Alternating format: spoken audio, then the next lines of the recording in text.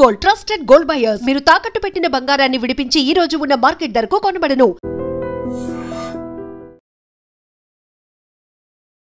ఒక రకంగా తెలంగాణ సాధనలో ప్రముఖుడు ఎవరైనా ఉన్నారంటే కేసీఆర్ రాజకీయ పరంగా. అలాంటి వ్యక్తి 10 సంవత్సరాలు పరిపాలించిన తర్వాత కూడా మీరు ఈ మాటలు మాట్లాడుతున్నారు. ఎట్లా అంటే 10 ఏళ్ల పాలన వైఫల్యం చెందింది అనుకుంటా అంటారా మీరు? ఇద్దరం ఇక్కడ ఉన్నాం, మాకు పావుసేరు బియ్యం పెట్టుకుంటే సరిపోతుంది. నా కొడుకు కూతురు అమెరికాలో అద్భుతంగా సెటిల్ అయ్యారు. నేను ఎటువంటి పదవులు తీసుకోను. తెలంగాణ రాష్ట్రానికి కాపలా. తెలంగాణ ప్రజలు ఇప్పటికే చాలా నష్టపోయారు. కాబట్టి తెలంగాణ ప్రజల ఆత్మగౌరవం కోసం, తెలంగాణ ప్రజల స్వేచ్ఛ కోసం, స్వాతంత్రం కోసం నా ఊపిరి ఉన్నంత వరకు నేను కొట్లాడతా అని చెప్పి నమ్మించిండు.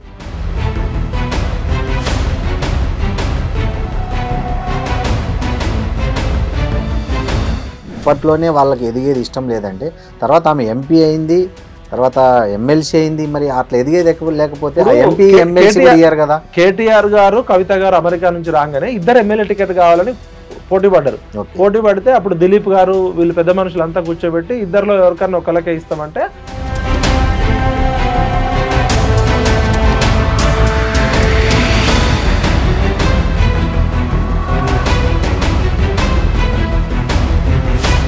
కొడుకును మంత్రి చేసిండు, కూతుర్ని ఎంపీ చేసిండు, మేనల్లుడు మంత్రి అయ్యిండు.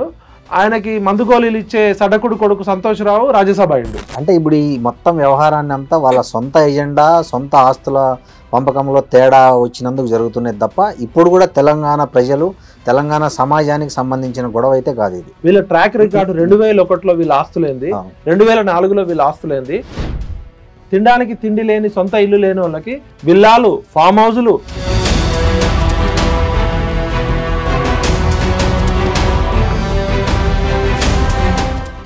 ఇవాల్టి మన గెస్ట్ ఎవరో కాదు, తెలంగాణ విట్టల్గా తన ఇంటి పేరునే తెలంగాణగా మార్చుకున్న వ్యక్తి, ఒకప్పటి జర్నలిస్టు, ఉద్యమ కాలంలో చురుకుగా పనిచేసిన వ్యక్తి, తెలంగాణ సామాజిక అంశాల పట్ల, భౌగోళిక వివరాల పట్ల లోతైన అధ్యయనం ఉన్న వ్యక్తి, నిజాలను నిర్భయంగా మాట్లాడి అందరి మనసులను చూరుకున్న తెలంగాణ విట్టల్ ఇవాళ మనతో ఉన్నారు.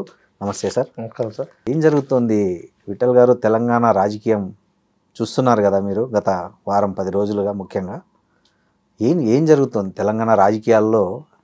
ఈ తరహా పరిణామాలను మీరు ఎలా చూస్తారు? తెలంగాణ అంటేనే తెగింపు, త్యాగం, ధైర్యము, నిజాయితీ. తెలంగాణలో ప్రజల్లో కానీ తెలంగాణ కల్చర్లో కానీ ఇవ్వడం తెలుసు, తీసుకోవడం తక్కువ.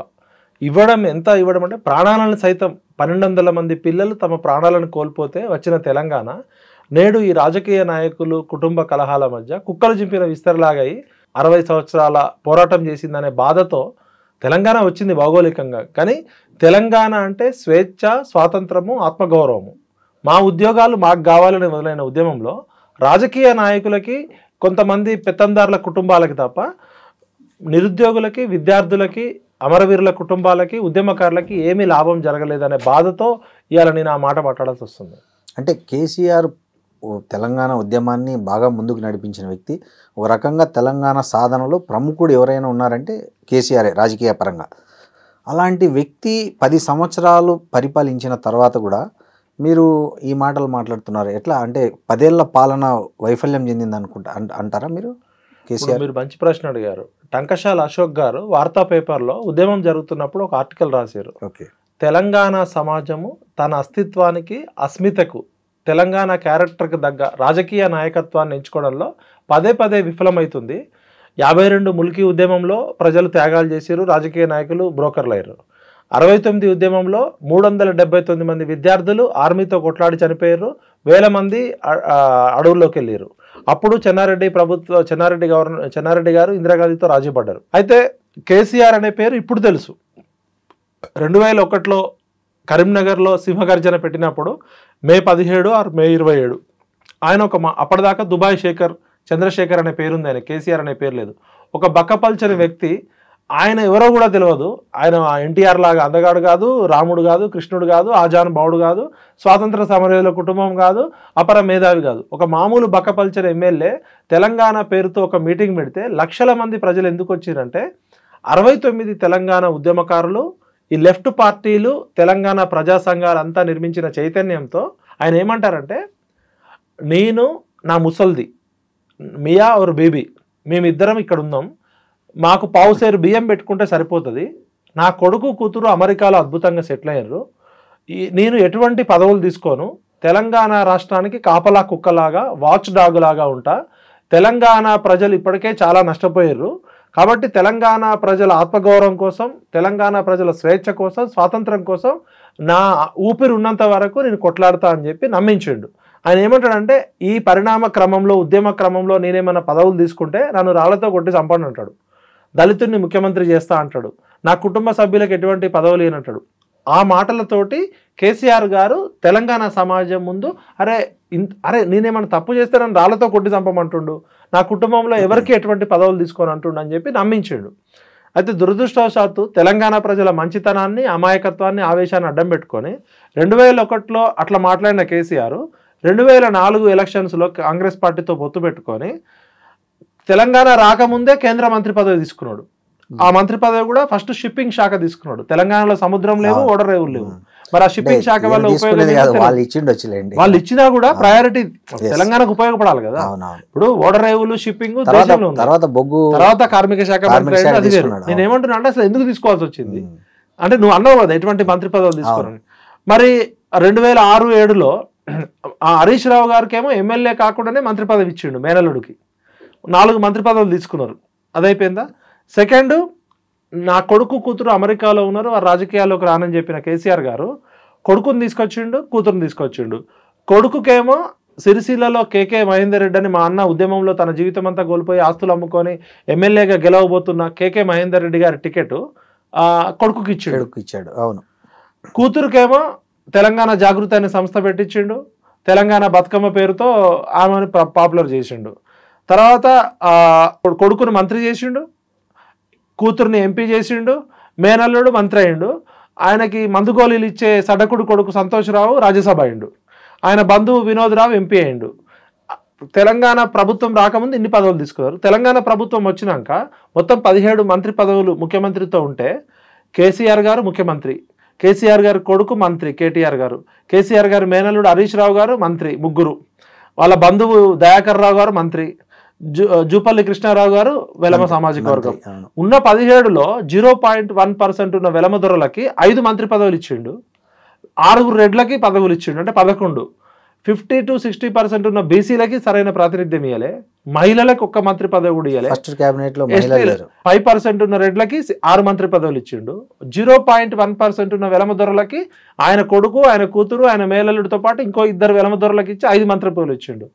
మరి అప్పుడు సామాజిక తెలంగాణ అనే అంశం మీకు ఎందుకు గుర్తురాలే కవితక్క? ఆ రోజు తెలంగాణ అనేది ఎస్సీ ఎస్టీ బీసీలు ఎక్కువ మంది ఉన్నారు. శ్రీకృష్ణ కమిషన్ రిపోర్ట్లో స్పష్టంగా చెప్పింది, ఇక్కడ ఉన్న వెలమదొరలు, ఇక్కడ ఉన్న రెడ్డి పెత్తందారుల చేతిలో మెజారిటీ ఎస్సీ ఎస్టీ బీసీ ప్రజలు పేదోళ్ళు ఉన్నారు.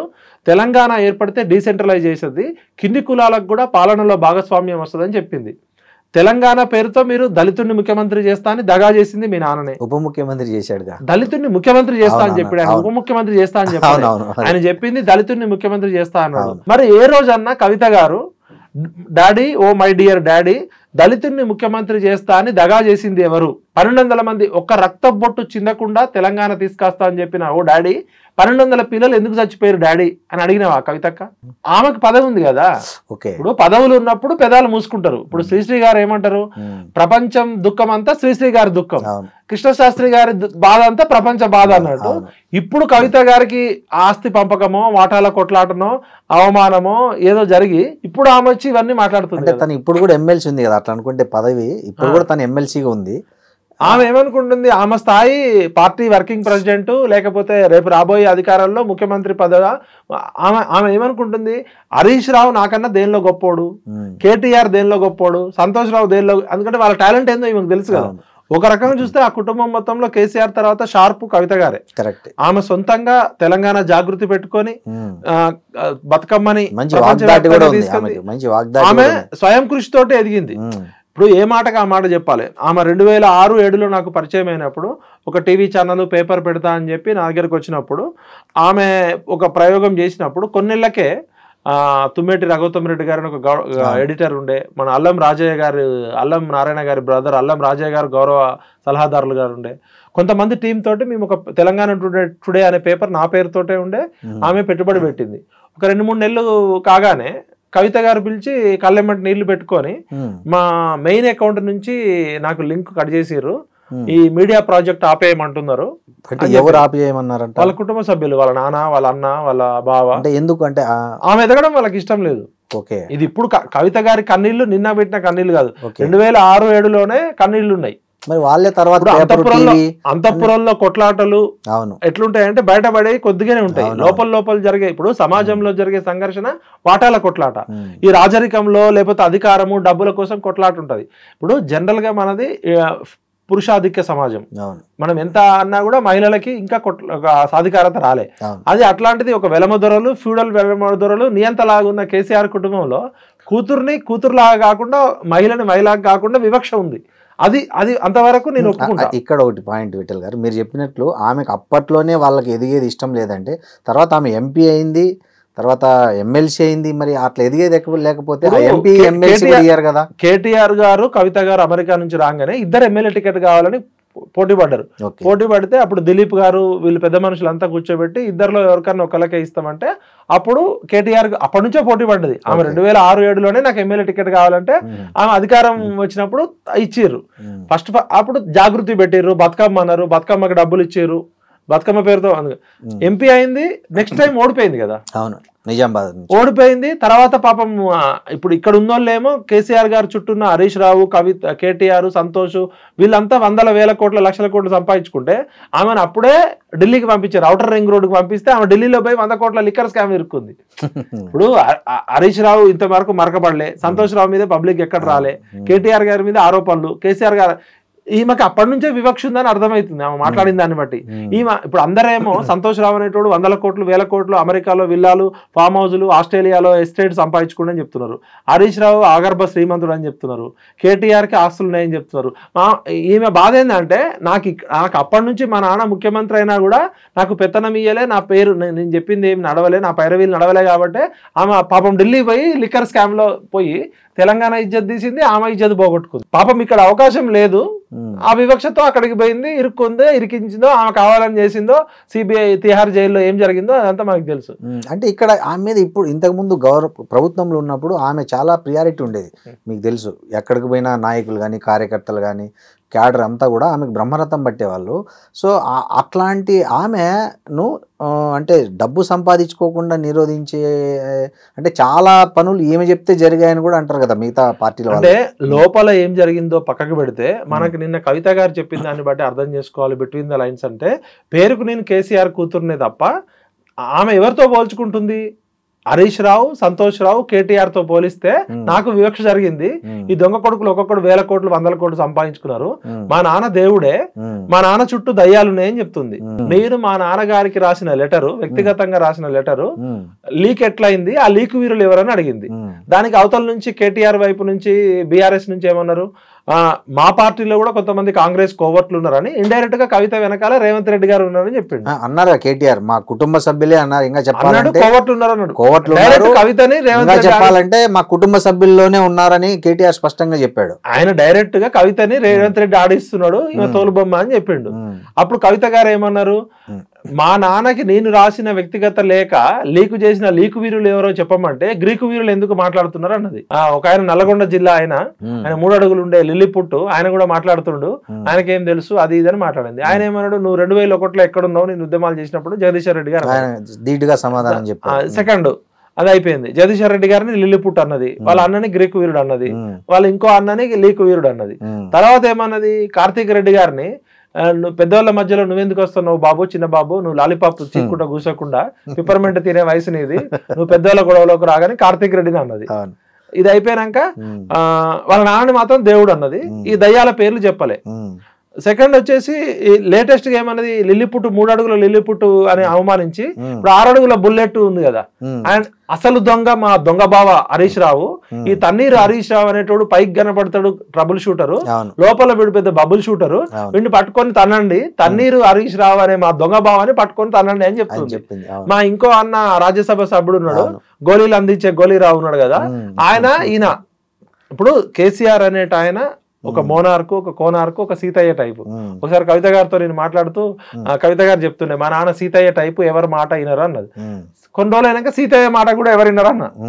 ఇవాళ కేసీఆర్ అనేట ఆయన తెలంగాణ సమాజంలో ఒక బాహుబలి లాగా 4 కోట్ల మందికి నాయకుడు ఉన్న కేసీఆర్ గారిని ఒక హరీష్ రావు, ఒక సంతోష్ రావు చేతిలో బందీ అయిపోయిందంటే కేసీఆర్ గారు డమ్మీ అయిపోయిందని చెప్తుందా కవిత, లేదా కేసీఆర్ గారికి ఏం తెలియదు అని చెప్తుందా?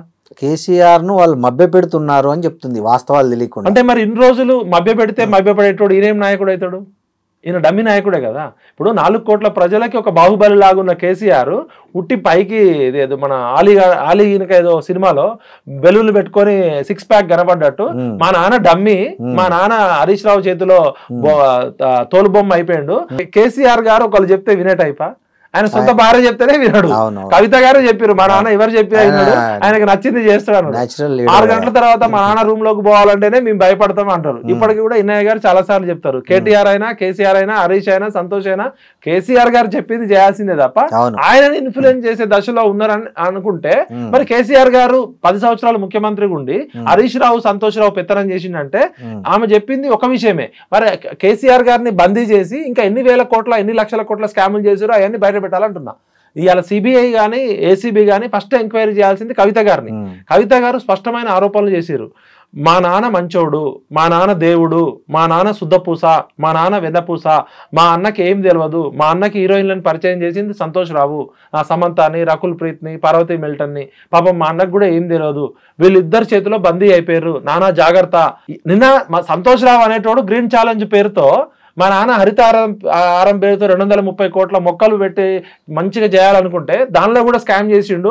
ఇప్పుడు ఇంకోటి సార్, ఆమె అధికారంలో ఉన్నప్పుడే ఈ మొత్తం అవినీతి అంతా జరిగింది. కవిత ఏమైతే ఇప్పుడు ఆరోపిస్తున్నారో, నిన్న ప్రెస్ మీట్ పెట్టి కానీ అంతకు ముందు కానీ మా నాన్న చుట్టూ ఉన్న వాళ్ళు అవినీతి చేస్తున్నారని, 10 ఏళ్ళు అధికారంలో ఉన్నప్పుడు జరిగిన అవినీతిని ఆమె దగ్గర ఇంత గ్యాప్ తీసుకొని, ప్రతిపక్షంలో వచ్చి కూడా దగ్గర 1.5 ఇయర్ దాటిపోయింది, ఇంత గ్యాప్ తీసుకుని స్పెసిఫిక్గా వాళ్ళను టార్గెట్ చేయడం వెనక ఆమె సొంత ఎజెండా ఏమన్నా ఉందంటారా కవితకి? ఇప్పుడు మీరు వ్యవసాయ కుటుంబం నుంచి వచ్చారు, నేను వ్యవసాయ కుటుంబం, మేము కూడా వ్యవసాయ కుటుంబం నుంచి వచ్చినాం.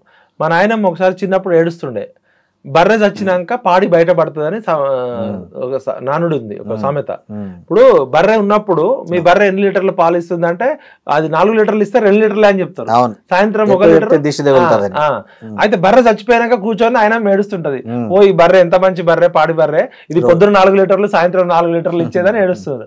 ఎప్పుడైనా రాజకీయ పార్టీలలో అధికారం ఉన్నప్పుడు బయటకు రావు, అధికారం కోల్పోయినాక ఈ పాపపు సొమ్ము తినేయన్ని, అది పాపపు సొమ్ము తిన్నోళ్ళకి ఉండే స్వభావము. ఇప్పుడు నరం మీద పుండుంది అనుకో, అది సలసలసల ఆగుతుంటది. నరం మీద పుండున్న మనిషి ఒక దగ్గర కూర్చోలేడు. కవిత గారికి తెలంగాణ సమాజం ఇప్పటికైనా కృతజ్ఞత చెప్పాలి. ఆమె చాలా విచిత్రమైన విషయాలు చెప్పింది. నవీన్ రావు అనే ఒక ఎమ్మెల్సీ, వాడు మొత్తం తెలంగాణ హైదరాబాద్ చుట్టూన్న భూములు మింగిన భూబకాసుడు అని చెప్పింది. భూములు మింగిన భూబకాసురులు ఉన్నారు, గుట్టలు మింగిన గుండాగాలు ఉన్నారు, కొండలు మింగిన ఆనకొండలు ఉన్నారు, గ్రానైట్ గుట్టలు మింగిన వాళ్ళు ఉన్నారు, కరీంనగర్ గుట్టలు మింగిన వాళ్ళు ఉన్నారు, సింగరేణి బొగ్గు మింగిన వాళ్ళు ఉన్నారు. ఆమె ఒక నవీన్ రావు పేరు చెప్పింది. పోచంపల్లి శ్రీనివాసరెడ్డి అనే ఎమ్మెల్సీ 100 కోట్ల 1000 కోట్ల విల్లాలు కట్టుకుంటున్నాడు, తినడానికి గతి లేని ఒక మధ్యతరగతి కుటుంబం నుంచి వచ్చినోడు ఇలా శ్రీమంతుడు అయిపోయాడు, ఆగర్భ శ్రీమంతుడు. ఎక్కడో మెగా శ్రీనివాసరెడ్డితో కలిసి మోకిల్లాలో 750 కోట్ల విల్లాలు చేస్తాడని చెప్పాలా. రేపొద్దున కవితక్క ఆ విల్లాల దగ్గర కూర్చొని అన్ని అమరవీరుల కుటుంబాలకు పంచాలని చెప్పాలా. ఆ 750 విల్లాలు ఒక్కొక్క విల్లా ఒక్కొక్క అమరవీరుల కుటుంబాలకి పంచమని అమర దిశకు కూర్చోవాలి. నేను కూడా అక్కడికి వస్తా, తెలంగాణ ఉద్యమకారులంతా అక్కడికి పోదాం. కవితక్కని నేను డిమాండ్ చేస్తున్నా, అక్క పోచంపల్లి శ్రీనివాసరెడ్డి అనేటోడు అక్రమంగా సంపాదించిన విల్లాలు ఏమవుతున్నాయో అవన్నీ ఉద్యమకారుల కుటుంబాలకు పంచుదాం రా. అదే విధంగా ఆమె ఏమన్నది, ఆయన పల్లా రాజేశ్వర రెడ్డి నాకు చెప్పిండు చాలా విషయాలు అని చెప్పింది. ఇంకోటి కోట్ చేశారు. అదే విధంగా టిఆర్ఎస్ అధికారంలో ఉన్నప్పుడు, బీఆర్ఎస్ అధికారం ఉన్న 10 ఏళ్లలో ప్రజల సొమ్ము పందికొక్కులాగా మింగిరని చెప్పారు. ఆమె ఇంకేమన్నది, నేరేళ్లలో దళితుల్ని అక్రమ ఇసుక లారీలతో తొక్కిచ్చిర్రు. దానికి అడ్డుకున్న నేరెళ్ల బాధితుల్ని ఎస్సీ ఎస్టీ బీసీ పేద వాళ్ళని 8 మందిని థర్డ్ డిగ్రీ పెట్టి ఒక ఐపీఎస్ ఆఫీసర్ తోటి కరెంటు షాకులు పెట్టి వాళ్ళ ప్రైవేట్ పార్ట్స్ లలో కూడా ఇబ్బంది పెట్టి వాళ్ళని సంసారానికి పనికి రాకుండా చేశారని మీరా కుమార్ కూడా వచ్చింది. మరి అప్పుడే కవితక్క చెప్పొచ్చు కదా. ఇప్పుడు ఏమంటుంది, అది కేటీఆర్ అకౌంట్ లో వేసిండు, సంతోష్ రావు ముఖ్యమంత్రి ఆఫీస్ నుంచి ఫోన్లు చేసి పోలీసు వాళ్ళతో కొట్టించిండు అని చెప్పింది. మరి ఆ విషయం అప్పుడే చెప్పొచ్చు కదా. ఇప్పుడు మీ అన్న పేరు వచ్చినందుకు నువ్వు బాధపడుతున్నావా, నేరెళ్ళ బాధితుల బాధపడుతున్నావా? నువ్వు నిజంగా ఒక నాయకురాలు అయితే నేరెళ్ళ బాధితులకు అన్యాయం జరిగింది, వాళ్ళని ఎప్పుడన్నా పరామర్శించినవా?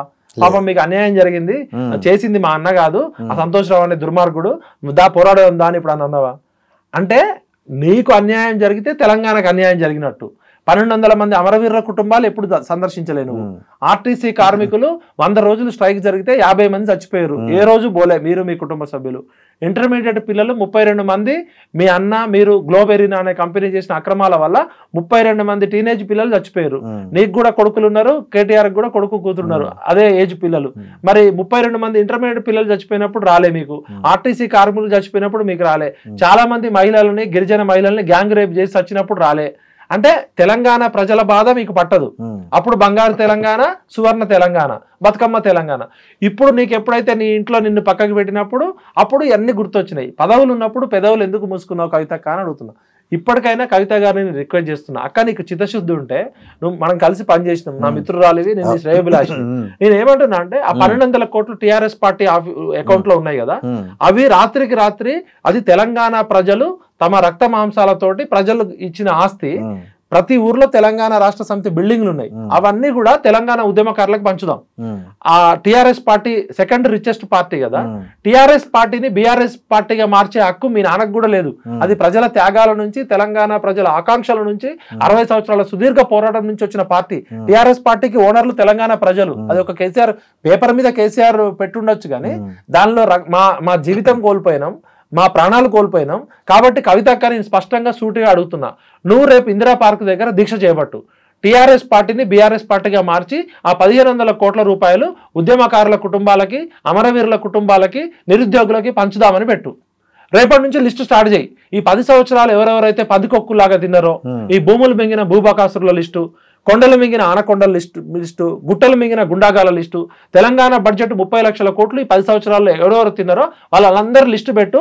నీతో పాటు మేము కూడా ఉంటాం, నీకు రక్షణగా మొత్తం తెలంగాణ సమాజం వస్తుంది. సరే జరిగింది ఏదో జరిగిపోయింది, ఇప్పటికైనా నువ్వు మాట్లాడు, ఆ విషయాలు మాట్లాడు. నువ్వు నిన్న మాట్లాడిన ప్రెస్ మీట్ లో నీకు అన్యాయం జరుగుతుందనే మాట్లాడుతున్నావు, కానీ నిరుద్యోగుల గురించి మాట్లాడినావా, విద్యార్థుల గురించి మాట్లాడినావా, బీసీల గురించి మాట్లాడినావా, ఎస్సీల గురించి మాట్లాడినావా? సామాజిక తెలంగాణ లక్ష్యం మాట్లాడుతుంటేనే నన్ను దూరం పెట్టారు. ఆమె 10 సంవత్సరాల అధికారంలో ఉన్నప్పుడు మీ 2 సార్లు కేబినెట్ లో మహిళా మంత్రులు లేనప్పుడు, మహిళలు ఎవరు మంత్రులు లేరంటే కొంతమంది ఎవరో కామెంట్ చేస్తారు, ఉన్నోళ్ళంతా మహిళలే అని మీ నాన్న అవమానించిండు కదా.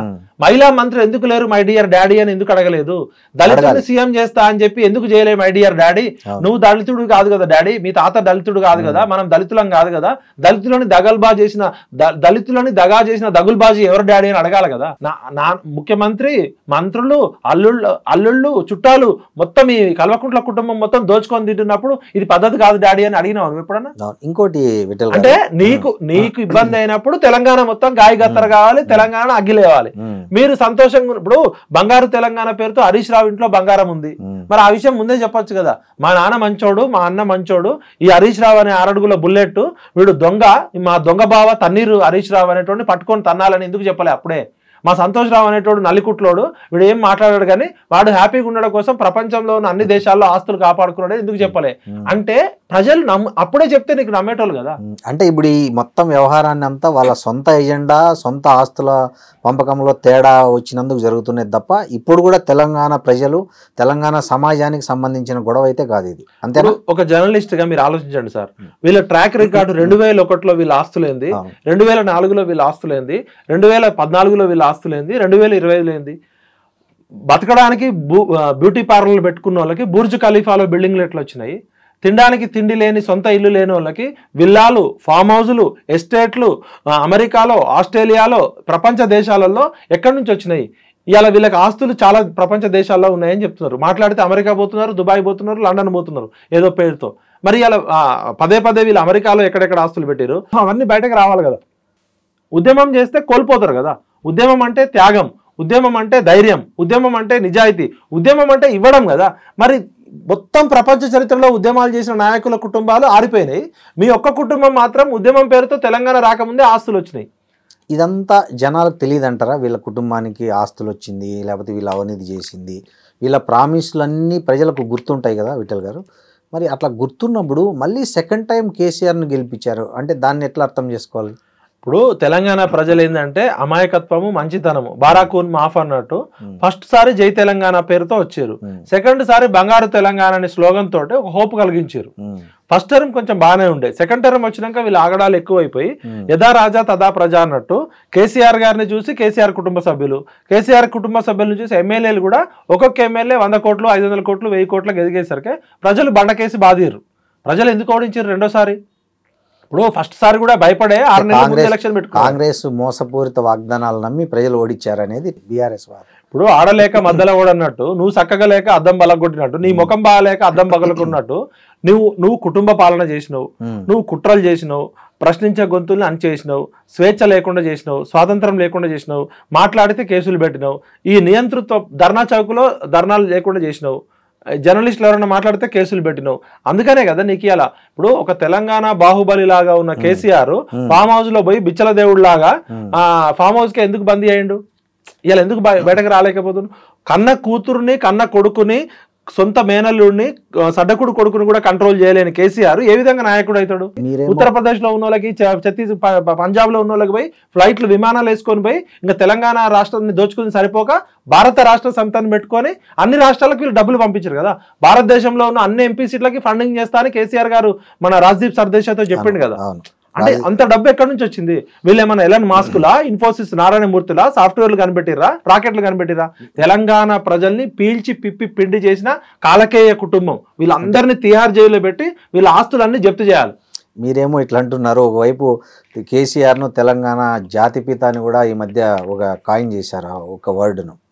మరి మీరు ఇన్ని లోపాలు చూపిస్తున్న కేసీఆర్ను ఇంకోవైపు నుంచి తెలంగాణ జాతిపిత అని పరిస్థితి ఎందుకు వచ్చింది? ఇప్పుడు రాజు పక్కన బానిసలు ఎప్పుడు భజన చేస్తుంటారు. ఆ భజన గాళ్ళకి ఏంటంటే నెల జీతాలు ఇస్తారు, వాళ్ళు తినడానికి తిండి, కుక్కకు బిస్కెట్ వేసినాక వాళ్ళు తిన్నాక ఎంగిలి మెతుకులు, కుక్క బొక్కలు వేస్తారు. అట్లాంటి బానిసలు ఎప్పుడు డప్పు కొడుతూనే ఉంటారు. ప్రజలు ఏమనుకుంటున్నారు? ఇలా మీరు పోయి ఒక సర్వే చేయండి, కేసీఆర్ కుటుంబం గురించి కానీ కేసీఆర్ గురించి ప్రజలు ఏమనుకుంటున్నారో ఒకసారి మీరు సర్వే చేయండి. వీళ్ళ గతంలో 2001లో ఆస్తులేంది? వీళ్ళు ఏమైనా 100 ఎకరాలు అమ్మిర్రా? వీళ్ళ ఇంట్లో బంగారం అమ్మిర్రా? వీళ్ళ ఇంట్లో ఎవరైనా చచ్చిర్రా? వీళ్ళు ఎవరైనా జైలుకు పోయారా? కేసీఆర్ కుటుంబం మొత్తంలో వారం రోజులకు మించి జైల్లో ఉన్నాడు ఎవరు లేడు. ఏదో ఖమ్మం జైల్లో ఒక రోజు కేసీఆర్ గారు 2 రోజులు పెట్టగానే దీక్ష చేసి ఆయన చావు నోట్లోకి పోయి వచ్చాక కదా తెలంగాణ వచ్చింది. అంటే చావు నోట్లోకి పోయినోడు ఎవడన్నా వచ్చే సంజీవని ఏమన్నా మింగిండి ఆయన? ఇవన్నీ డ్రామాలండి. పిల్లలు చచ్చిపోయారు కదా, ఆయన చావు నోట్లోకి పోయి వచ్చి బయటకు వచ్చి 2 సార్లు ముఖ్యమంత్రి అయ్యిండు, లక్షల కోట్లు సంపాదించుకోడు. మరి చచ్చిపోయిన 1200 మంది గొప్పోళ్ళ, చావు నోట్లో తలబెట్టినోడు గొప్పోడా? ఇప్పుడు మీరు కేసీఆర్ 10 ఏళ్ల పాలన చూశారు, ప్రస్తుతం రేవంత్ రెడ్డి 1.5 సంవత్సరం పాలన. ఇద్దరిలో ఏమన్నా వ్యత్యాసం ఉందా, లేకపోతే ఏంటి, ఏమంటారు ఇద్దరు? ఇప్పుడు కేసీఆర్ గారు అధికారం చేపట్టినప్పుడు 2014లో తెలంగాణ ధనిక రాష్ట్రం. కేసీఆర్ గారు 2024లో రేవంత్ రెడ్డి గారికి చేతికి ఇచ్చేటప్పుడు తెలంగాణ అప్పుల కుప్పైంది. 4 లక్షల కోట్లేమో ఎఫ్ఆర్బిఎం పరిధి లోబడి చేసిన అప్పులు, ఎఫ్ఆర్బిఎం పరిధికి మించి 32 కార్పొరేషన్లు పెట్టి ఒక 3 లక్షల కోట్లు చేశారు. అంటే 7 లక్షల కోట్ల అప్పుల కుప్ప చేసి అడుక్కొనే బొచ్చ, మన ఈ జల్లెడ ఉంటది కదా, ఆ బొచ్చకు కూడా జల్లెడే, దానిలో ఎన్ని నీళ్లు పోసినా కింద పడిపోతాయి. ఇప్పుడు అంగన్వాడీ గుడ్లకి డబ్బులకి జీతాలు ఇవ్వలేని పరిస్థితి కేసీఆర్ గారు ఆ సెకండ్ టర్మ్ ఎండింగ్ లో. నెల జీతాలకు డబ్బులు ఇవ్వలేని పరిస్థితి. అంటే కుక్కల జింపని విస్తర చేసి అంత ఆగం చేసి కచరా పాలన చేసిండు, అప్పుల కుప్ప చేసిండు అనే రేవంత్ రెడ్డి గారిని ముఖ్యమంత్రి చేశారు. రేవంత్ రెడ్డి గారి పరిస్థితి ఆపరేషన్ సక్సెస్ పేషెంట్ డెడ్ లాగా. ఎంత చేసినా డబ్బులు ఎక్కడ ఉన్నాయి పాపం? ఏ మాటకు ఆ మాట చెప్పాలా? రేవంత్ రెడ్డి కష్టపడుతున్నాడు కానీ ఆయనకి ఏమైతుంది? డబ్బులు లేవు కదా. నాకు అర్థం కాలేదు. ఇప్పుడు కాళేశ్వరం మీద కమిటీ వేశారు, ఆ కమిటీ రిపోర్ట్ ఇచ్చింది. సో ఒక రాష్ట్ర ప్రభుత్వానికి దాని మీద యాక్షన్ తీసుకునే అవకాశం ఉంటుంది. అయినా కూడా రేవంత్ రెడ్డి గారు కాళేశ్వరం మీద సిబిఐకి వెళ్ళడం అంటే, ఒకవైపు మనం చూస్తున్నాం రోజు వాళ్ళ పార్టీ రాహుల్ గాంధీ గారు ప్రతిరోజు మాట్లాడుతున్నారు, సిబిఐ కానీ ఈడీ కానీ ఈసీ కానీ అన్నీ కేంద్రం చేతిలో కీలుబొమ్మలు అని చెప్పి ఆయన ఒకవైపు చెప్తున్న ఈ సందర్భంలో మరి రేవంత్ రెడ్డి కాంగ్రెస్ ముఖ్యమంత్రిగా ఉంటూ ఈ కాళేశ్వరం కేసును సిబిఐకి అప్పగించడం అంటే అది అంటే దాన్ని ఎట్లా అర్థం చేసుకోవాలి? సింపుల్ ఎగ్జాంపుల్ సార్, నేను ఒక జిల్లా ఎస్పీని, మీరు ఒక జిల్లా ఎస్పీ. నేను ఖమ్మం జిల్లా ఎస్పీని, మీరు పక్కన ఉన్న ఆంధ్రప్రదేశ్లో ఉన్న విజయవాడ ఎస్పీ అనుకుందాం, కృష్ణా జిల్లా ఎస్పీ అనుకుందాం. ఒక పెద్ద దొంగతనం చేసిండు, ప్రపంచంలోనే అతిపెద్ద దొంగతనం జరిగింది, ఏదో గుప్త నిధిలో ఏదో దొంగతనం జరిగింది. నేను రోజు ప్రెస్ మీట్ పెట్టి చెప్తున్నా, ఆ దొంగ నిన్న రాత్రి అక్కడ కనబడ్డాడు మా ఖమ్మం జిల్లా అడవుల్లో, 7 అడుగులు ఉన్నాడు, ఇంత లావు ఉన్నాడు, ఇట్లున్నాడు, మొత్తం ఆయిల్ పూసుకున్నాడు, ఆ దొంగని మేము పట్టుకున్నాం, కొద్ది సిమెంట్లో పారిపోయాడు, పట్టుకుంటాం, వలయేస్తాం, ఆయన గాల్లో ఎగురుతున్నాడు, నీటిలో తేలుతున్నాడు, మామూలు దొంగ కాదు, అరవీర భయంకరమైన దొంగ అని రోజు ప్రెస్ మీట్ పెడుతున్నా. ఇప్పటికే 2 సంవత్సరాలు డిమాండ్ చేశారు, బండి సంజయ్ గారు డిమాండ్ చేశారు, కిషన్ రెడ్డి గారు డిమాండ్ చేశారు. ఆల్రెడీ మీ దగ్గర నేషనల్ డ్యామ్ సేఫ్టీ అథారిటీ ఇచ్చిన రిపోర్ట్ ఉంది, విజిలెన్స్ కమిషన్ ఇచ్చిన రిపోర్ట్ ఉంది, అనేక ఆరోపణలు ఉన్నాయి. నిన్న స్వయంగా కేసీఆర్ గారి కూతురే కాళేశ్వరంలో అవినీతి జరిగింది, ఈ అవినీతి అంతా మా దొంగ బావ, మా కొంగ బావ తన్నీరు హరీష్ రావు చేసిండు అని చెప్తుంది. మా సంతోష్ రావు, హరీష్ రావు ఇద్దరు పేర్లు చెప్పింది. మీరు ఇమీడియట్ గా కవిత గారిని ఇంట్రాగేషన్ కి పిలవండి, హరీష్ రావుకి నోటీసులు ఇవ్వండి, సంతోష్ రావుకి నోటీసులు ఇవ్వండి. మీరు దయచేసి హోమ్ మినిస్టర్ అమిత్ షా గారిని, బండి సంజయ్ గారిని, కిషన్ రెడ్డి గారిని చేతులు ఎత్తి మొక్కుతున్నా. అమిత్ షా గారు చెప్పారు కల్వకుంట్ల కుటుంబం మొత్తం లక్షల కోట్లకు అవినీతి చేస్తారని, రాహుల్ గాంధీ గారు చెప్పారు. మరి ఇన్ని ప్రూఫ్స్ ఉన్నాక ఇంకా మీరు ఎందుకు తాత్సారం చేస్తారు? గతంలో ఉన్న సిబిఐ సహారా కేసు క్లోజ్ అయిందా? దానిలో కేసీఆర్ గారు నిర్దోష దోష కూడా చెప్పట్లే కదా.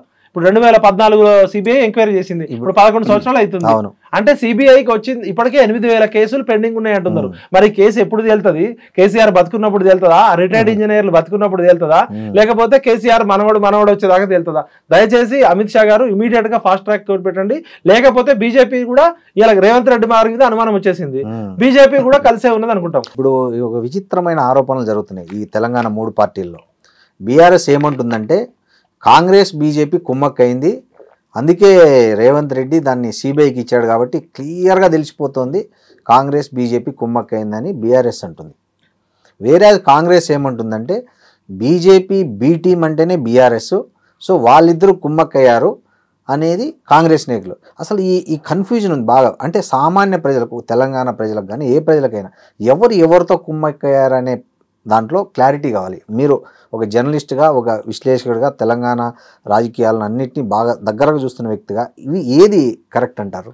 ఇప్పుడు ఇవాళ రాజకీయ పార్టీలు అన్ని చెప్పేది ఒకటి, చేసేది ఒకటి. సిద్ధాంతాలేమో ప్రజల కోసం, రాద్ధాంతం అంతా ధనం కోసం. ధనం మూలం ఇదం జగత్తు. ఇలా మెగా కృష్ణారెడ్డి ఇంటి ముందు బానిసల్లాగా, అటెండర్ లాగా తిరిగే రాజకీయ నాయకులు ఎవరో మనకు తెలుసు.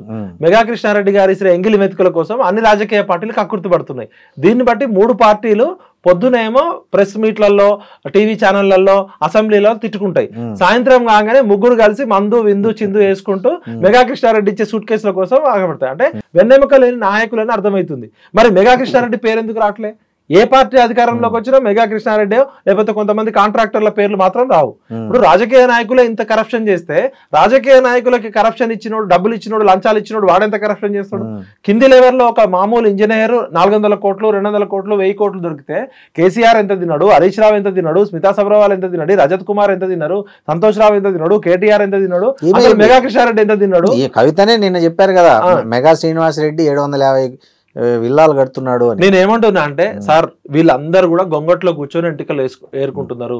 అన్ని రాజకీయ మంచోళ్ళు తక్కువ ఉన్నారు. వీళ్ళంతా ఒక ఎమ్మెల్యే గెలవాలంటే 100 కోట్లు, ఒక ఎంపీ గెలవాలంటే 1000 కోట్లు ఖర్చు పెట్టాలని చెప్పి జనం సొమ్ముని పీతిరి గద్దల్లాగా తింటున్నారు, పందికొక్కుల్లాగా తింటున్నారు. కాబట్టి దయచేసి తెలంగాణ ప్రజలారా, ఏ రాజకీయ నాయకుడు వెనకాల ఎవరున్నారో, ఏ రాజకీయ నాయకులను ఎవరు ఆడిస్తున్నారో మనం తెలుసుకోవాలి.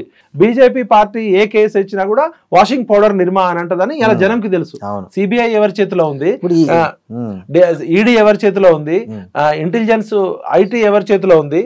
ఇవన్నీ కూడా నేను ఏమంటున్నా అంటే రాజకీయ నాయకులు చెప్పేది ఒకటి, చేసేది ఒకటి. ఈ స్వతంత్ర భారతదేశ చరిత్రలో 78 సంవత్సరాలు అవుతుంది కదా, ఏ రాజకీయ నాయకుడు అన్న జైల్లో పెట్టి ఆస్తులు జప్తు చేసిన కేసులు ఎన్ని? ఇంతవరకు 1,00,000 కేసులలో 1-2 ఇప్పుడు రాజకీయ నాయకులు ఎట్లా అయిపోయారు? కూడా ఎట్లా అంటే ఈ బడుగు బలహీన వర్గాలు, తక్కువ సంఖ్య అంటే బలం లేని వాళ్ళని, సిబు సోరెన్ ఇట్లాంటి వాళ్ళని తప్ప ఈ పెద్ద వాళ్ళని సింపుల్ సార్. రాజకీయ నాయకులు ఎట్లుంటది అంటే, మీరు అధికారంలో ఉన్నప్పుడు మీరు అరెస్టులు చేస్తారు, కేసులు ఏం తీసుకోరు. మేము అధికారంలో ఉన్నప్పుడు మీ మీద ఆరోపణలు చేస్తాం కానీ కేసులు పెట్టాం. కేసులు పెట్టి బొక్కలో వేసి ఆస్తులు ఫైనల్ ఒకటి చెప్పండి, మీరు బాగా ఉద్యమాల దగ్గర నుంచి, పార్టీ ఆవిర్భావం దగ్గర నుంచి దాంతో బాగా క్లోజ్గా మూవ్ అయిన వ్యక్తి, విద్యార్థి దశ నుంచి మీకు ఎక్కడ గ్యాప్ వచ్చింది ఫస్ట్, దాని నుంచి ఎక్కడ మీరు డిఫర్ అయ్యారు వాళ్ళతో? రెండు, మీరు మనం ఇంతసేపు మాట్లాడుకున్న ఈ రాజకీయాల పరిస్థితుల్లో తెలంగాణ ప్రజల ముందున్న ఆప్షన్ ఏంటి ఇప్పుడు?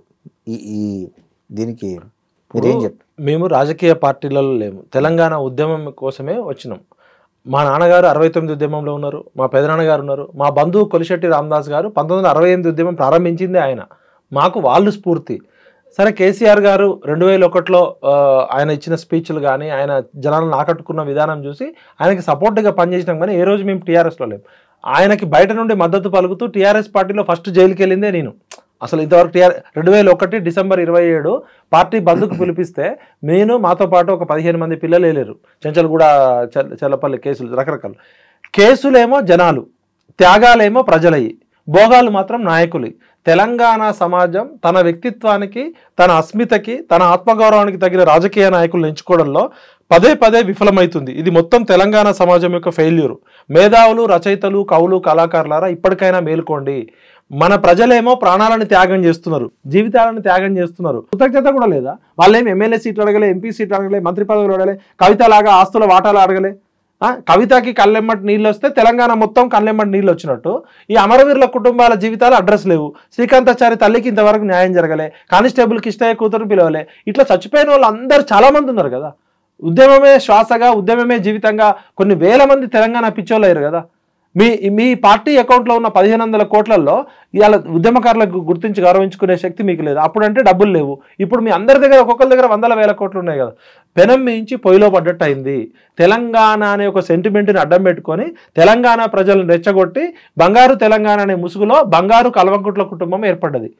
వీళ్ళని ఇప్పటికైనా, వీళ్ళంతా కూడా చెట్టు మీద కొంగలే, దోచుకునే దొంగలే వీళ్ళంతా కూడా. థ్యాంక్ యూ విఠల్ గారు, నమస్తే. And don't forget to subscribe to iDream. And for more videos, please subscribe to iDream. Please subscribe to iDream. Please subscribe iDream. And please subscribe to iDream.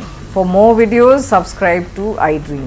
please like, share and subscribe to the channel. Congratulations iDream. Subscribe to iDream. Subscribe to iDream. So subscribe to iDream Media. iDream ki iDream team andarki huge congratulations. Please subscribe iDream Media. Please subscribe to iDream. Subscribe iDream. Please subscribe to iDream. iDream అంటే నా కళల channel subscribe చేసుకున్న నోరు తిరుగుతలేదు. మీరైతే గంట గుర్తు కొట్టండి. For more such videos, please subscribe to iDream. Subscribe to iDream. Please subscribe to iDream. Please subscribe iDream Media. Please do subscribe to iDream. Please subscribe to iDream Media. For best entertainment and information, please subscribe iDream.